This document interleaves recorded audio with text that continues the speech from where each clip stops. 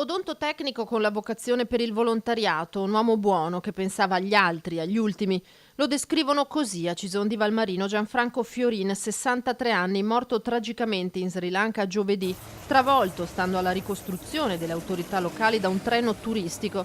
Treno che lui, essendo non udente, era stato anche consigliere provinciale dell'Ente Nazionale Sordi di Treviso, non avrebbe sentito arrivare venendo investito.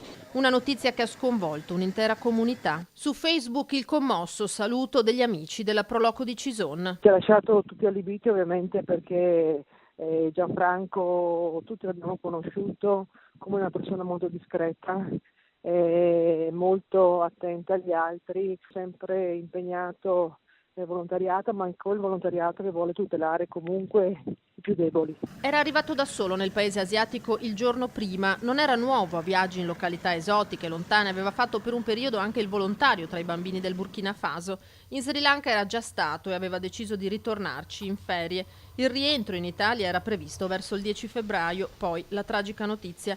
Alla famiglia è stata fornita solo una ricostruzione sommaria di quanto sarebbe accaduto sul lungomare. E questa è la versione, ovviamente la famiglia per rispetto anche di Gianfranco vorrà capire in maniera più approfondita cosa è realmente successo. Certo non cambia niente, però la verità dà sempre un po' di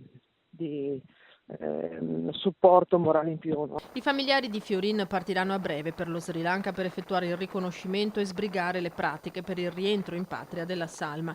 Piena disponibilità anche dal sindaco Cristina Pin per supportare la famiglia in questo percorso. Assolutamente sì, ci siamo in contatto giornaliero per capire cosa possiamo fare noi e ovviamente ci siamo messi a disposizione. Li ho appena sentiti, ci dovremo risentire domani e lunedì e per poi organizzare il viaggio.